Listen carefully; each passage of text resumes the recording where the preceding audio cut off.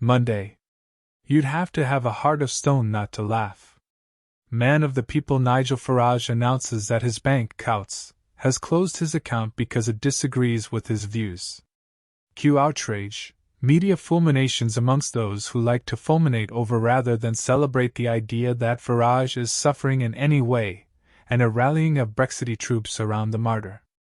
Then, when it was revealed that his account was closed because it didn't meet the exclusive bank's minimum requirements for membership, £3 million in savings or £1 million in investments or loans, in case you were wondering, and that he had instead been offered an account with NatWest, part of the same banking group as Coutts, everyone fell over laughing.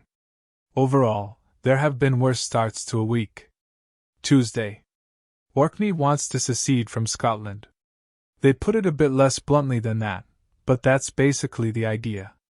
Fed up with being ignored and underfunded, as they see it, by their Caledonian overlords, they are looking to capitalize instead on their strong historical links with Norway.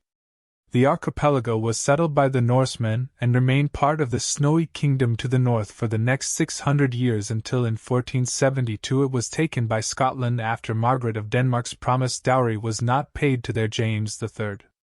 It is now felt that the time, and the paternity leave allowance, the benefits system and the all-round sense of Scandinavia being a place where a belief in a more or less linear progression towards the betterment of humanity is still possible, is ripe for re-establishing the relationship. Oh, please, please let it happen. I mean, Orkney now part of Norway, is just such a demented yet cheering headline. Think of the opportunities it opens up.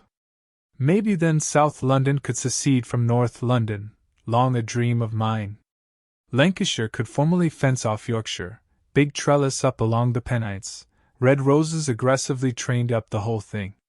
Eventually, every man could become an island. Because Don was wrong, this is exactly how we'd like it. Wednesday. Potential liberation of another kind arrives with the news that nearly 1 in 7 people say they frequently host deliver dinner parties, i.e. where guests are fed by takeaway rather than home-cooked food. This is, clearly, abominable behavior and an offense to all notions of civility, love, respect and all the other things that the breaking of bread together symbolizes and has symbolized for people of all ages, eras and cultures since time immemorial, and the greatest news I've ever heard. I loathe cooking. For myself and especially for others.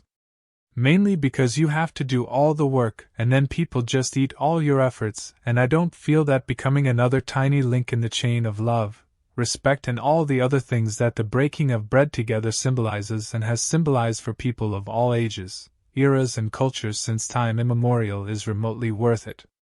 Especially not when you have to do all the shopping beforehand too. If I can get people round and keep them warm, fed, drunk and happy enough to keep chatting without having to trundle roundhouse then muck about with everything I've bought in the hope of making it faintly edible, that's a win for me and, I assure you given the state of what emerges from my kitchen them too. Thursday. Amy Nuttall has apparently taken her husband and fellow actor, Andrew Buchan, back into the bosom of the family after an alleged affair with a co-star, on condition that, in addition to never seeing the co-star again, they go on date nights with each other, once a week, go away for a night, again, with each other, every 7 weeks, and go on holiday together every 7 months. It's called the 777 approach and is apparently a thing. I admire the commitment, and wish her 7 different kinds of luck. Or 7 different, wildly fulfilling revenge affairs. Whichever she ultimately feels is more rewarding. Friday. The plumbers are finally here. And when I say plumbers, I don't mean ordinary plumbers. I mean an elite, special forces-alike team of plumbers, sent by the local council to replumb our entire block of flats to try to resolve the matter of 6 years of leaks into our home. They have stemmed from various points in the hundreds of pipes from 6 flats around us that run into the big communal pipe that finds its lowest point in our bedroom and from there discharges its watery burdens. I face most things, to be honest, with a fair degree of detachment and a sanguine air. What will be will be. But when the very walls of my home are being demolished, and its innards, not just pipes but electrical wiring and layers of plaster, wood and bricks, are on display, I become borderline hysterical. My mental integrity depends very much, almost entirely, it turns out, on the integrity of the physical shell around me. I must not see the workings. I must believe that it is eternal and inviolable and that whatever else goes on it will remain a refuge. Now that it's mostly splinters, dust and damp, I am going out of my tiny mind.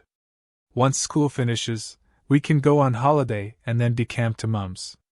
But until then, I am insane and everyone will just have to work around that.